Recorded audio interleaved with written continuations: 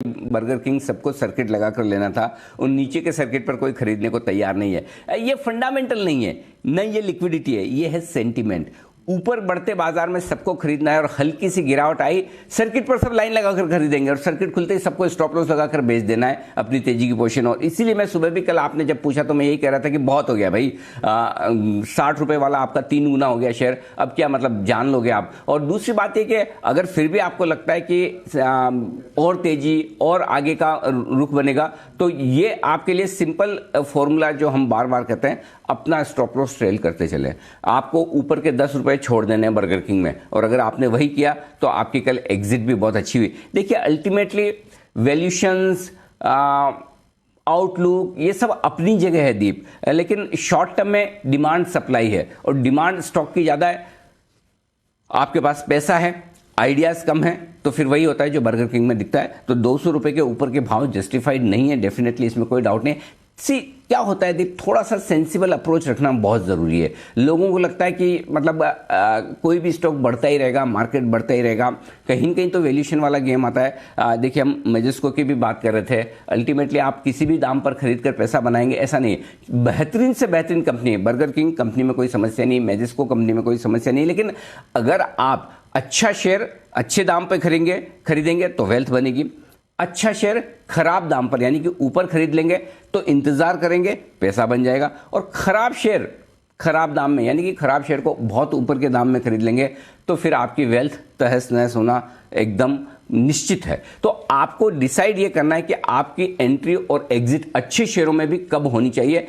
भले लोग कहें कि बाजार में टाइमिंग की कोई वैल्यू नहीं, टाइम दे, टाइमिंग ना करें, लेकिन जब बाजार में एक्सुबरेंस होता है इस तरह का, मतलब यूफोरिया जिसको कहें कि भाई कल नहीं मिलेगा, आज आखिरी दिन है खरीदने का, तब आपको थोड़ा सेंसिबल सोचना जरूरी है कि चलिए कोई बात नहीं, मैं 60 में नहीं ले पाया, पहले दिन नहीं ले पाया, अब क्या है, ऐसा थोड़ी कि मैं 200 सवा 200 में लूंगा। और सेम सिचुएशन जुबिलेंट फूड के साथ भी है।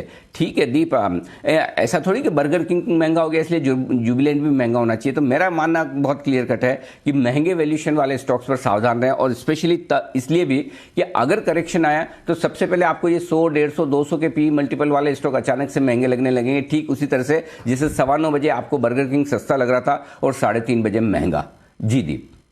तो जैसा कि अनिल जी आपको बता रहे हैं, अपने रिस्क एपेटाइट के हिसाब से ही ट्रेड करें, थोड़ा कॉशन रखना जरूरी है इस बाजार में, और दोनों तरफ के मूवमेंट आएंगे जिसका फायदा आप उठा सकते हैं।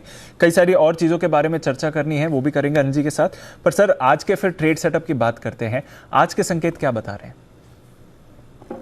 जी दीप, संकेत अच्छे हैं, ग्लोबल संकेत पॉजिटिव लेकर चल रहा हूं मैं, एफआईज के संकेत पॉजिटिव साइड पर हैं, घरेलू फंड्स के संकेत नेगेटिव हैं। कहने का मतलब है कि कल और आज के संकेतों में कोई बदलाव नहीं।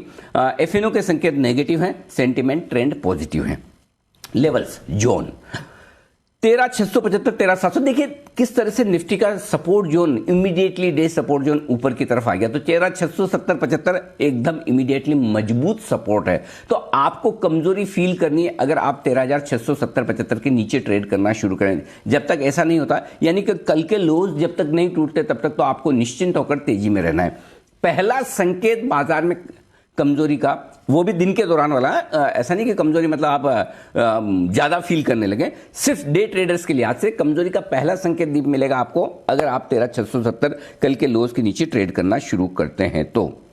ओके, और ऊपर की तरफ अगर आपको सिंपल चीज है कि मतलब अगर इसके नीचे गए तो फिर आपके लिए जो लेवल बनेगा 13,550, 13,600 का बनेगा, वहां पर आपको अगला मजबूत सपोर्ट मिलेगा। Point number 1। अब ऊपर कितना जा सकते हैं? 13,800, 13,850, फिलहाल मैं इसके ऊपर जाते हुए नहीं देख रहा हूं, और ये वो रेंज है जहां पर आता है तो डेफिनेटली प्रॉफिट बुकिंग करनी चाहिए। और प्रॉफिट बुकिंग करने के लिए एकमात्र कारण जो मैंने आपको बोला है वो है मेरा बढ़ता हुआ पुट कॉल रेशियो। अगर आप एग्रेसिव ट्रेडर हैं तो कल के हाईज 13,775 से भी प्रॉफिट बुकिंग करना शुरू कर सकते हैं। तो आपको ये डिसाइड करना है कि आपको प्रॉफिट बुकिंग किस लेवल से लेनी है, लेकिन मेरा ये मानना है कि ऊपर के स्तरों पर प्रॉफिट बुकिंग करके इंतजार करें, ये ज्यादा ठीक रहेगा, क्योंकि थोड़ा बाजार जरूरत से ज्यादा भाग चुके रहे। इस हफ्ते आपको एक कोई भी ढंग का करेक्शन मिला नहीं है, तो ये आपके लिए ऊपर निफ्टी के जोन हो गए। अब आइए बैंक निफ्टी 30,500, 30,600, ये बैंक निफ्टी के लिए डे ट्रेडर्स के लिए आज से सपोर्ट जोन है। कमजोरी का पहला संकेत आपको तब मिलेगा जब आप 30,500 के नीचे ट्रेड करना शुरू करें। इसके नीचे 30,200, 30,300 बेहद मजबूत सपोर्ट जोन है, ये ध्यान में रखें।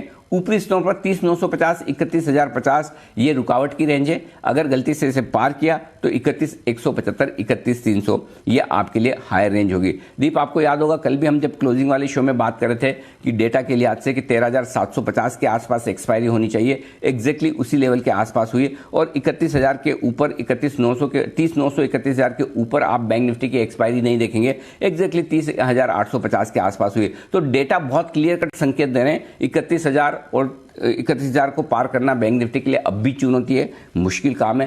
13,800 के पार निकलकर टिक पाना निफ्टी के लिए आज चुनौती रहेगी, वो भी आसान काम नहीं है। और वो इसलिए दीप सिंपल एक ही रीज़न है, मैं वायदा कारोबार के डेटा को बहुत इंपॉर्टेंस देता हूं और मुझे पुट कॉल रेशियो 1.89 ये कंफर्ट नहीं दे रहा। तो आज गैप मिलेगा तो गैप मिलने के बाद आपको प्रॉफिट बुकिंग या हल्की फुल्की बिकवाली